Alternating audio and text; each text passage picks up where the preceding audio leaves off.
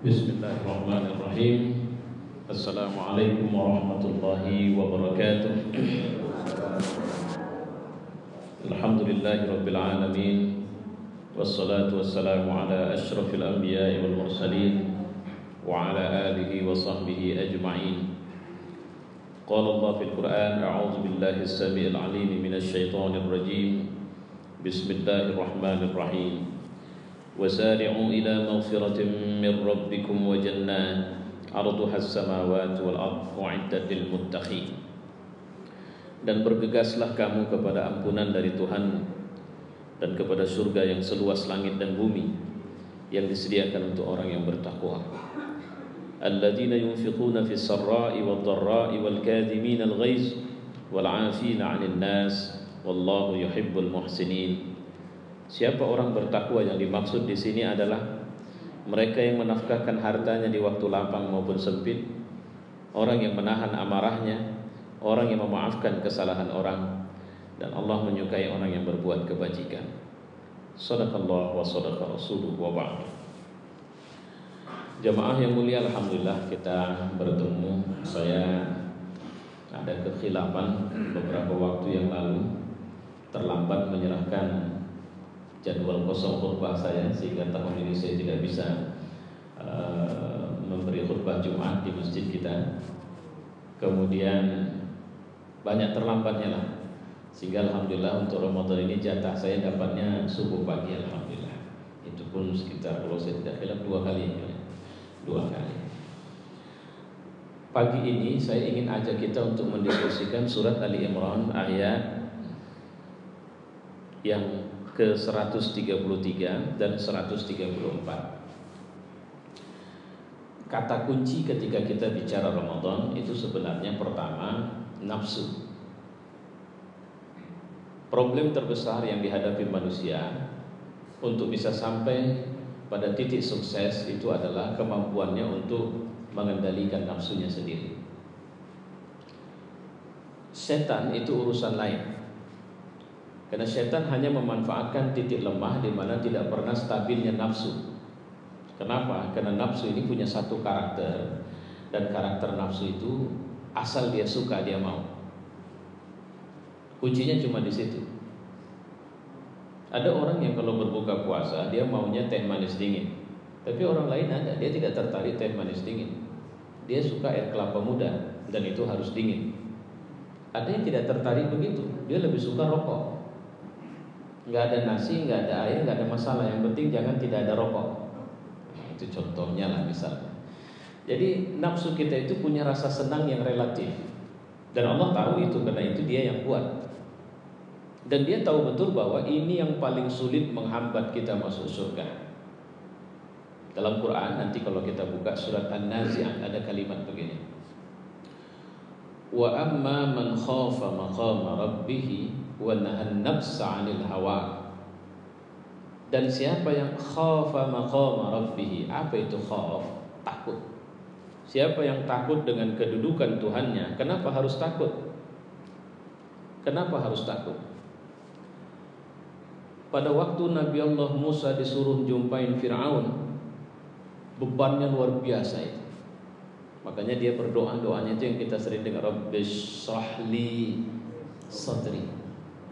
Kenapa? Karena terasa seperti menghadapi ini aja. Kenapa? Fir'aun itu, Musa alaihissalam itu DPO, masuk dalam daftar pencarian orang number one, the first. Dosanya banyak sekali sama Fir'aun. Dia membunuh seorang Qibti, dan itu sukunya Fir'aun, dan dia melarikan diri dari Mesir karena membunuh orang itu. Yang hukuman bagi pembunuhan itu pasti dia akan dihukum mati. Uniknya Allah nyuruh dia balik jumpain Fir'aun. Coba bayangin ini. Macam tak ada orang lain, kenapa tidak Harun sajalah? Kenapa harus saya? Saya sama Fir'aun itu punya daftar catatan di mana dia sudah geram betul lihat saya. Nah, makanya Allah mengatakan kalimat begini, la takhafa. Jangan kalian dua takut. Apa yang dimaksud dengan takut di sini adalah takut atas peristiwa yang akan terjadi, yang dikhawatirkan. Peristiwa itu akan membuat kita tidak enak. Maka Allah bilang, la takhafa, jangan takut. Innani ma'akuma, aku sama kalian dua. Asma'u wa ara, aku dengar dan aku melihat. Enggak aku biarkan kalian. Nah, kira-kira begitu. Nah, surat An-Nazi'at ini bicara wa amma man khafa maqam rabbih. Saya mohon maaf menceritakan khotorat. Khotorat itu artinya lintasan hati waktu tadi berdoa. Saya sekarang usia kepala 4, nanti 5, 6, 7, 8, kepala berapa saya akan dipanggil Allah. Itu yang khotoratnya itu tadi. Terus kemudian merasa, ya Allah, sedikit sekali waktu. Tahu betul aku tidak melakukan kebaikan di jalanmu yang banyak. Sementara saat setelah kematian datang, itu bukan saat di mana aku bisa lagi melakukan amal-amal untuk mengganti amalku yang sekarang yang rusak. Sementara aku kembali kepadamu di saat kau adalah raja dunia dan akhirat, dan kau hanya akan membalas dari kebaikan atau keburukanku. Kalau boleh saya bilang, itulah khotorat pasca sholat tadi. Lintasan hatinya itu dia. Nah, apa yang terjadi ini? Ini khofa, ini takut. Kalau sempat Allah balas buru aku, kalau sempat dosaku tidak diampunkan, sementara aku tahu betul ada dosa yang kalau mengikut apa yang diajarkan, kayaknya udah masuk neraka lah aku ini jadi. Khaufa maqama rabbih. Nah, khafa maqama rabbih ini kawin dengan wa nahan nafsa 'anil hawa. Dia harus menahan nafsunya dari hawa. Hawa itu apa? Keinginan. Apa bentuk keinginan kita? Diceritakan dalam Quran, zuyyina linnas hubbus syahawat. Manusia ini dihiasi. Siapa yang menghiasi? Pertama, nafsunya.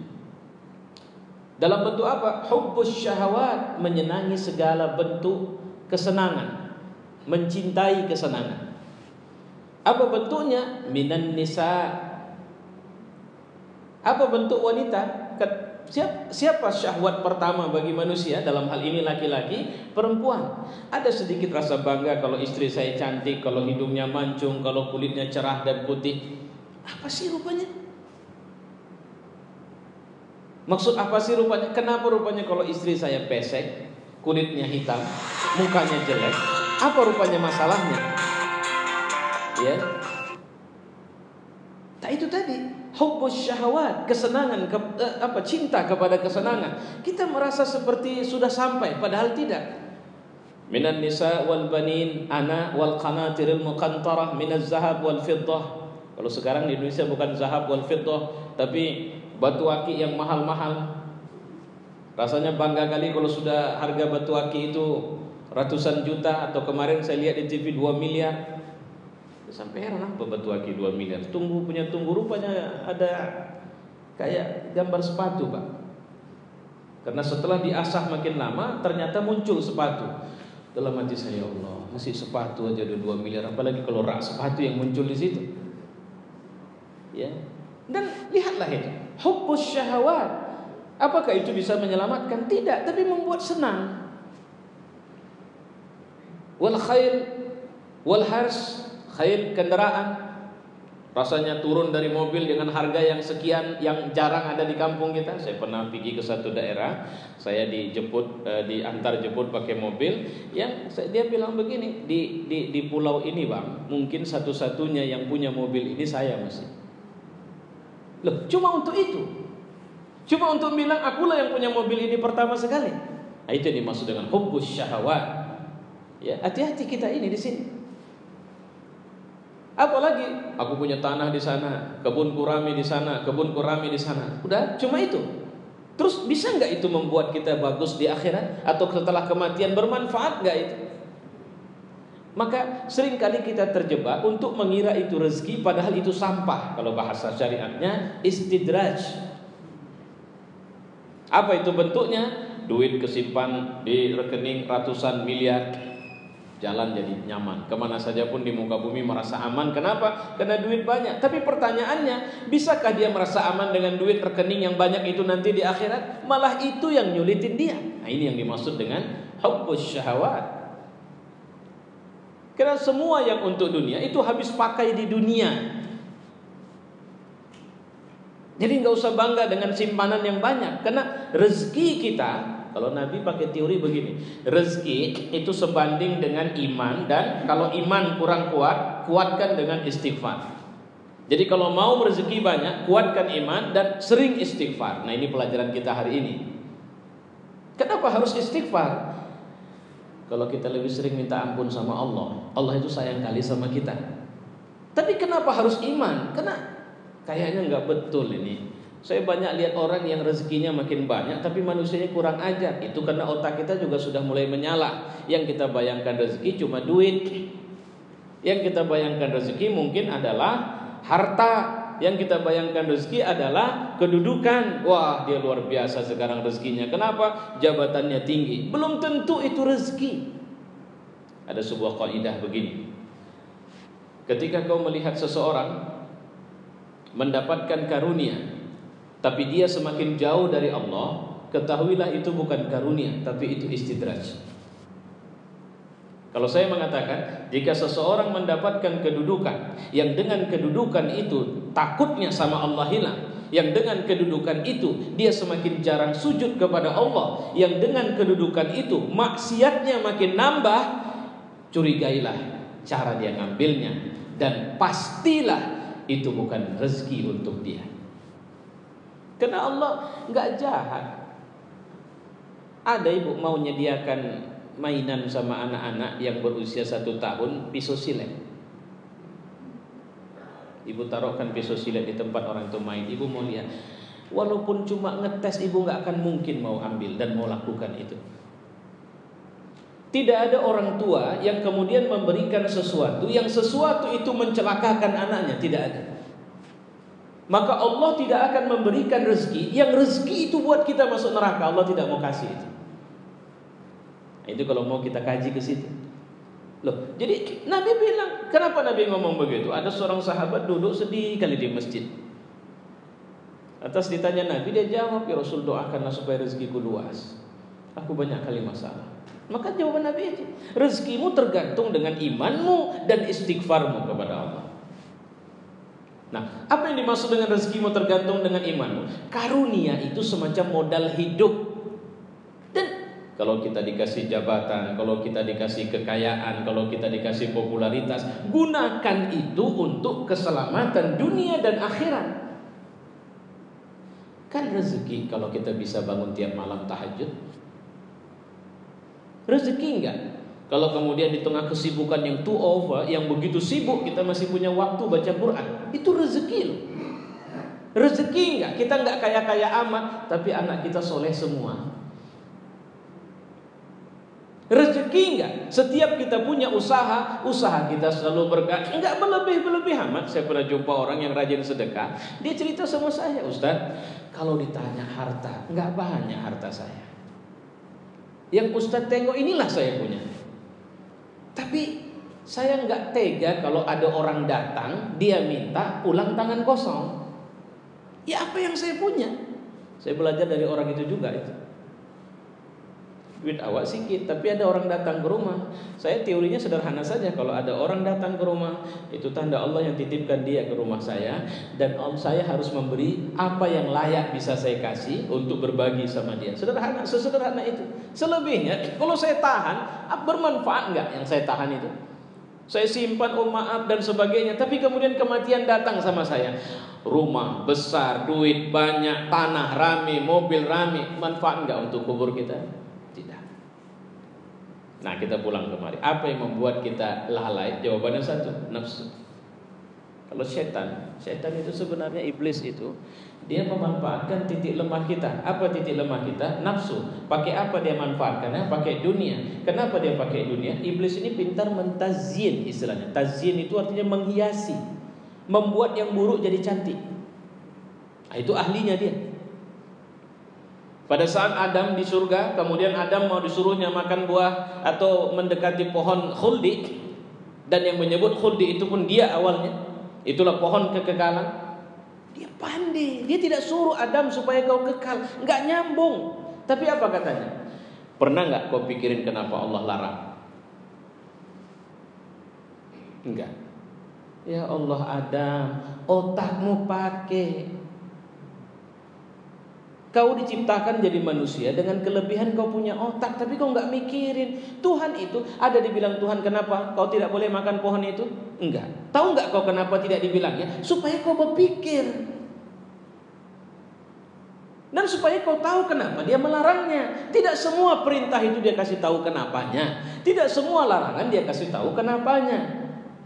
Otakmu pakai. Nah kalau pakai bahasa kita sekarang, kenapa Allah larang makan babi? Akhirnya kan kita tahu kenapa kita pakai otak. Kan rasional itu godaan setan sama Adam. Pikir punya pikir, pikir punya pikir. Iya pula ya. Kayaknya nggak salah kalau ijtihad otak datang di saat tidak perlu berijtihad. Coba bayangkan, yang disuruh, yang perintahnya larangan, tapi otak berijtihad sehingga larangan berubah menjadi perintah. Tapi pendekatannya apa? Rasional. Kita tidak merasa salah. Ya Allah, nggak bisa kita ngelawan setan kecuali kita minta tolong sama Allah. Makanya Allah menyuruh kita untuk a'udzubillahi minasyaitonirrajim. Banyak larangan-larangan yang kita rasionalkan, akhirnya kita anggap ini benar. Sama kayak kemarin, bukan kepleset tapi sengaja keplesetnya itu. Karena rentetan-rentetan Islamofobia di Republik ini makin tinggi. Kebencian terhadap Islam yang dilakonkan oleh pemimpin negara sekarang, bukan lagi oleh orang-orang yang di luar sana, tapi pimpinan negara. Baca Quran pakai langgam Jawa. Pendekatannya apa? Rasional. Boleh kok. Makanya sering saya bilang kalau persoalan boleh, coba jadi imam pakai celana pendek, celana bonggol dan pakai singlet. Coba carikan dalilnya. Siapa bilang itu salah? Boleh. Agama bukan cuma bicara boleh, tapi agama bicara adab. Sekarang masalahnya boleh tidak boleh. Kalau berhenti hanya di persoalan boleh, ya Allah, banyak kali kita jadi tidak beradab.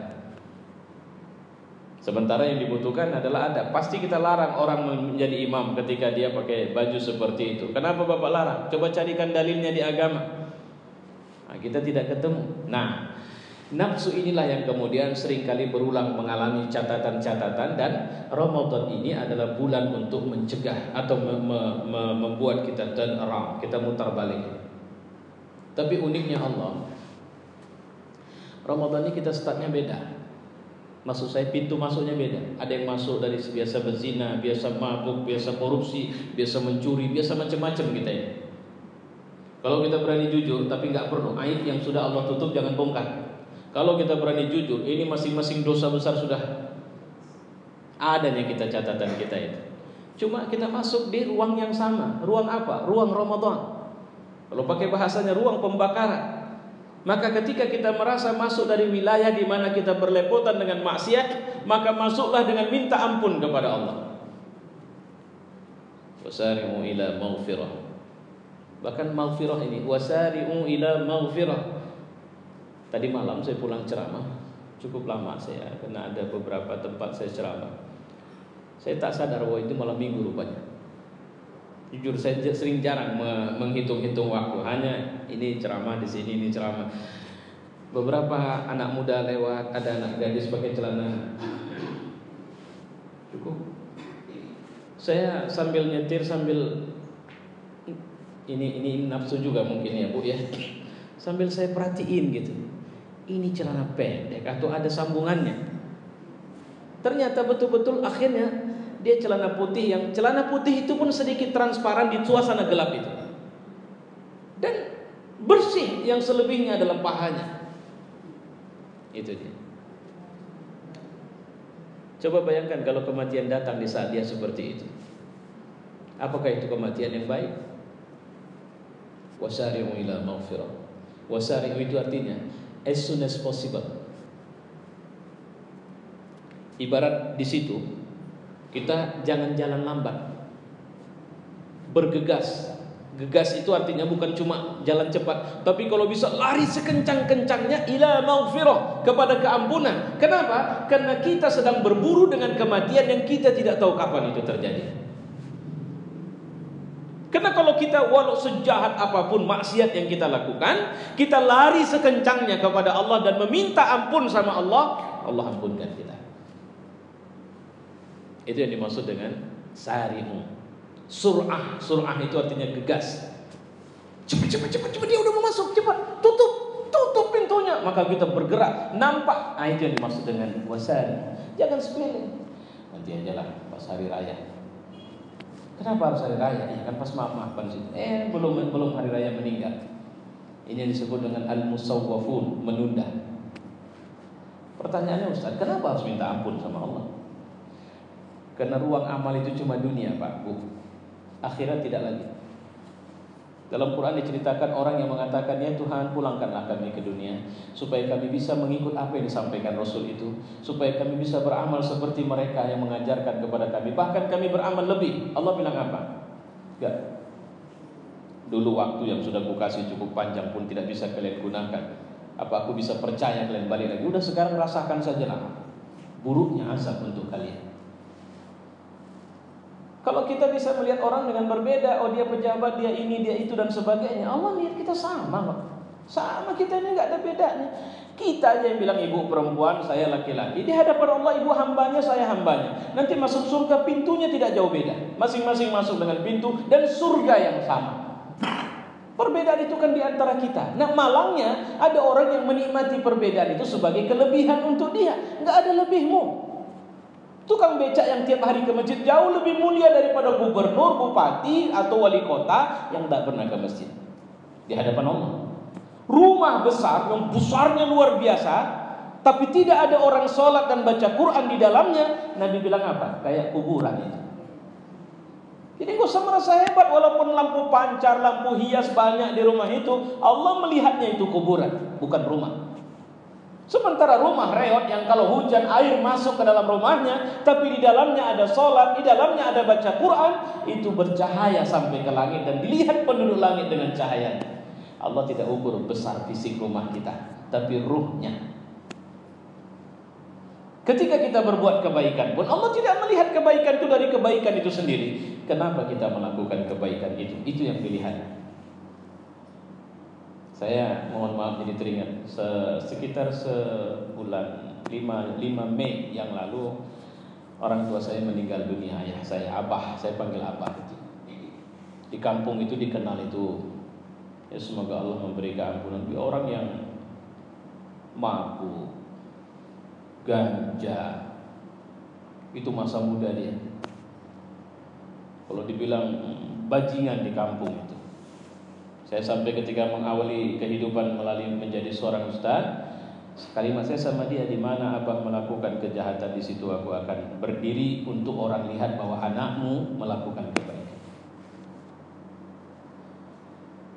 Sebelum dia meninggal, dia datang ke rumah bawa paspor yang baru siap. Dia bilang sama saya, apa yang harus dia mau berangkat umroh, apa yang mau disiapkan? Saya bilang nantilah, berangkat juga masih lama. Rupanya itulah kedatangan beliau terakhir ke rumah saya.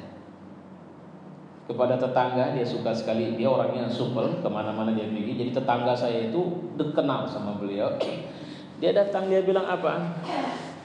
Karena saya tidak mengatakan sampai tua dia seperti yang saya bilang, tidak. Menjelang tua dia sudah rajin ke masjid, mengurus masjid, apa semua sudah. Tapi pada saat mau berangkat, aku akan tinggalkan semuanya aku tinggalkan, karena aku mau berangkat umroh. Rupanya Allah tidak izinkan dia berangkat. Saya hakul yakin, bukan karena ini orang tua saya, tapi saya sering melihat jenazah. Dan sampai sekarang saya masih, apa amal dia? Terakhir saya pikir, kayaknya dia sedang bertobat kepada Allah, dan dalam proses pertobatan itulah Allah memanggilnya. Jadi bukan amal, hanya proses menyerah balik sama Allah. Jahat kali aku Tuhan, aku minta ampun sama Allah. Karena sampai saya bilang, ini jenazah husnul khatimah yang selalu saya ceramah kemana-mana, ini yang saya temukan jenazah. Ketika meninggal, dikuburkan, saya menyaksikan walaupun alasannya banyak. Jadi kubur itu sudah disiapkan, tapi kemudian jadi memanjang dia. Memanjang, alasannya ini rompang Ustaz. Karena saya bilang tidak, itu hanya sekedar sebab. Sehingga akhirnya membutuhkan papan baru untuk menutupin. Ya, saya bilang Saya kenal betul ini orang tua. Ini kalau memberi, ini tidak pernah berpikir atau minta atau mengingat harus pulang itu apa yang dia berikan. Dan dia pernah sakit hati betul sama seseorang, tapi hatinya memaafkan. Jadi artinya apa? Ketika orang itu membutuhkan dia udah marah betul sama orang ini. Tapi ketika orang itu butuh dia tetap datang dengan ikhlas. Dan itu jelang-jelang kematian. Nah, saya cuma mau bilang, nggak usah, jangan berhenti, jangan stagnan pada posisi kayaknya Allah sudah marah kali sama kita. Enggak. Allah marah kali kalau kita musyrik atau murtad. Kayak anaknya Idris Sardi itu jahat sekali. Di Indonesia ini banyak orang jahat sekarang. Bintang-bintang film Kiai Haji Ahmad Dahlan bintangnya rupanya kafir itu. Ya. Orang yang murtad dari agama itu artinya orang yang tidak akan mendapatkan surga. Orang yang syirik kepada Allah, Allah tidak kasih surga. Orang yang berzina, orang yang mabuk, orang yang korupsi, orang yang mencuri, orang yang membunuh, jika dia bertobat kepada Allah, Allah terima tobat. Bahkan orang yang bertobat kepada Allah, ini derajatnya cukup tinggi di hadapan Allah. Kenapa? Karena Allah gandengkan dengan ila maghfirah min rabbikum wa jannat. Orang yang masuk surga itu tidak mungkin berdosa, tapi mungkin pernah berdosa. Jadi bagaimana cara kita? Kayaknya Ustaz kita tidak begitu baik Pak Ustaz. Kenapa? Saya masih terbiasa berdosa. Maka biasalah minta ampun sama Allah. Itu yang harus kita lakukan. Kenapa? Hitungan dunia kita tidak lama. Dunia ini buat lelah. Cari makan itu melelahkan. Ada orang tua keluar rumah pagi sebelum subuh tapi tidak sholat subuh, zuhur tidak sholat, asar tidak sholat. Sama itu, mau orang susah sama orang hebat juga sama itu. Dengan alasan bahwa ya kita sedang rapat, kita sedang ini, kesibukan kita cukup banyak dan sebagainya, dia lalaikan. Padahal coba dengar nggak tadi azan? Hayya 'alal falah. Apa falah? Falah itu sering kita artikan kemenangan. Arti aslinya tahu apa? Ayo panen. Falah itu panen. Artinya apa? Kau mau usah kerja lagi, sini. Kenapa? Aku mau kasih gaji ini. Apa yang dimaksud dengan falah? Dari isya ke subuh kita punya aktivitas, Allah membayar aktivitas kita itu. Apa bentuk bayarannya? Berkah. Ustaz, kayaknya saya gak ada amal soleh. Apa yang kau lakukan? Kejahatan yang membuat Allah marah. Datang sini, Allah akan ganti dengan, Allah akan hapus asal kau minta ampun sama Allah. Zuhur ke asar ambil panen, asar ke maghrib ambil panen, maghrib ke isya ambil gajimu. Maka setiap 5 waktu Allah panggil, hayya 'alal falah, sini. Bukan kerja, kalian nggak berusaha di sini. Aku mau kasih sama kalian. Karena itu berangkat dari bahasa pertanian itu. Nah, kita artikan dengan kemenangan. Jadi bukan kemenangan dengan perjuangan. Ini sertifikat menangmu. Nah, kalau mau diartikan begitu. Datang sini, maka as soon as possible, sesegera mungkin. Maka kalau ada panggilan itu, tinggalkan yang lain. Karena ini keberuntungan datang dari pemilik semesta raya. Dia yang nawarkan. Dia luar biasa. Orang makin tinggi derajat kepemimpinan, makin susah dihubungin orang. Tapi Allah pemimpin semesta raya, pemimpin dunia dan akhirat, bilang sama kita, kapan saja kau butuh, datang. Aku kaya kali. Ini yang sholat sunat sebelum subuh tadi yang kita kerjakan itu, harganya jauh lebih mahal dari dunia. Itu dikasihnya tiap saat. Kita ucap subhanallahil azim wa bihamdi, itu satu tumbuhan muncul di akhirat, di surga, di tempat rumah kita. Cantik rumah kita dari sekarang. Ramadan ini bulan bagi kita untuk bisa menunjukkan kelas kita. Dan kita paling tahu kelas kita. Ayo, pelan-pelan kita pelajari. Sahur, ini sering di awal Ramadan saya sampaikan. Sahur itu supaya apa kita? Makan. Kan begitu paham kita kan? Kita makan, kita minum. Supaya apa makan minum? Supaya besok puasa tidak. Oke, saya bilang bukan itu maksud Allah. Ramadan ini disiplin untuk bisa nahan nafsa anil hawa. Ya, menahan nafsu dari keinginan yang tidak terkendali. Nah, Allah melatih kita 30 hari atau 29 hari supaya punya kebiasaan, bukan sekedar pernah. Punya kebiasaan bangun sebelum subuh. Itu tujuan sahur. Bukan sekedar pernah bangun, bukan sekedar pernah salat tahajud, tapi bangun sebelum subuh. Kenapa? Karena waktu sebelum subuh itu adalah waktu terbaik, karena Tuhanmu mendekat ke posisi kita. Kalau bahasa kasarnya, dia datang ke rumah kita, dia ketuk, ayo bang, aku tahu kalian berdosa, bang, aku tahu kalian butuh, bangun, aku tahu di pekerjaan kalian punya masalah, minta sama aku. Saya pernah baca satu cerita filsafat. Seorang laki-laki datang ke Sokrates. Sokrates ini kan gurunya orang Yunani dulu. Saya ingin belajar ilmu kepada Anda. Betul? Betul. Serius? Serius. Siap nanggung resiko? Siap. Oke, mari sini, ikut saya. Dibawanya lah ke satu tempat air yang luas. Sini, dekat sama aku. Diambilnya kepalanya dari tengkuknya, dimasukkan orang ini ke dalam air itu sama dia, sehingga orang itu meronta-ronta, tapi dia biarkan terus meronta, tapi dia biarkan terus, sampai kemudian ketika sudah mulai lemah bergerak, dia angkat balik. Orang itu mukanya melontot melihat Sokrates. Kau mau bunuh aku ya? Dia diam saja. Nah, kau tenangkan dulu, pulihkan tenaga. Kau kan minta kepadaku bahwa kau mau belajar ilmu kan? Iya. Maka apa yang kau bayangkan di saat aku meletakkan atau memasukkan kepalamu ke dalam air? Ya tentu aku ingin keluar. Apa yang kau pikirkan bagaimana cara keluar? Apapun caranya supaya aku bisa keluar, dan aku ingin bisa bernafas dengan enak. Karena aku merasa sesak napasku. Kalau kau belum sampai seperti itu tingkat keinginanmu, maka kau bohong ingin belajar ilmu. Artinya, kalau memang ingin ilmu, kau harus berpikir seperti waktu kau berada dalam air itu. Jadi ada tandanya. Kita ingin surga kan? Harus tunjukkan di sini, di Ramadan ini tandanya. Nampak pingin kali? Ada orang 1, 2, 3, 4 hari Ramadan masih sahur, tapi hari kelima dibangunkan sahur, apa jawabannya? Tadi malam udah makan. Lihat, dia tidak bisa bertahan 29 atau 30 hari. Dia cuma bertahan 4 hari bangun sebelum subuh. Sementara kita bilang kita mau surga, tapi kenapa mau surga itu nafsu kita enggan. Kita mau surga, tapi kita tidak punya waktu baca Quran. Mana kesungguhan itu? Nah, itu maksudnya. Kau bilang kau tobat, tapi mana buktinya? Itu yang dimaksud tadi. Tunjukkan keinginan besar, seakan-akan kalau tidak kau lakukan itu, maka kau tidak akan bisa keluar, atau tidak akan bisa selesai masalahnya. Jadi kalau menginginkan surga, tunjukkan prestasi penghuni surga di Ramadan ini. Apa bentuknya? Kalau dosa, minta ampun, dan bayangkan kalau Allah tidak akan masukkan kita ke surganya, maka jatuhlah kita ke dalam neraka. Nah, persoalannya, surga uiddat lil muttaqin. Siapa itu muttaqin? Alladzina yunfikuna fis sarra'i wad dharra.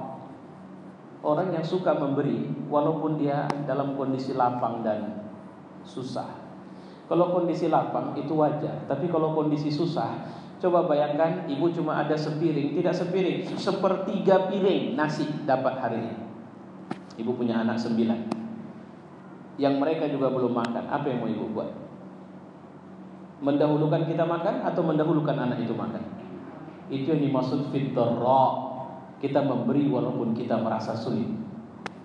Bisa nggak kita menularkan atau mengembangkan dari sekedar hanya kepada anak, kepada orang lain? Artinya bahwa kita susah tapi kita tahu dia lebih susah dari kita. Oke, nah ambillah. Aku susah, tapi aku lihat kau lebih susah dari aku. Ini ciri orang bertakwa. Maka di Ramadan ini kita dilatih untuk kasih walau orang minta atau tidak kasih. Jangan kau pikirkan dia siapa, dia kenapa, dia ucap terima kasih atau enggak urusanmu. Karena kita sedang belajar dan dermawan. Itu Ramadan. Ya, wal kadhiminal ghaiz, mampu menahan marah. Bukan tidak marah, tapi menahan. Kalau sudah menahan marah, maka marah akan terolah menjadi sebuah energi yang lebih cerdas untuk melawan. Jadi tidak serabutan. Bukankah mati syahid di jalan Allah itu adalah keutamaan? Tapi Allah tidak benarkan kita perang gak pakai apa-apa. Allah tidak benar. Gunakan segala kekuatan untuk melawan, tapi kalau kau terbunuh di situ, Allah hargakan dosanya. Tidak, saudara-saudara lihat nih, nah tembak aku. Aku ingin mati syahid. Oh enggak, Allah tidak kasih syahid sama orang kayak begitu. Allah kasih syahid sama orang yang berjuang. dia berdayakan diri.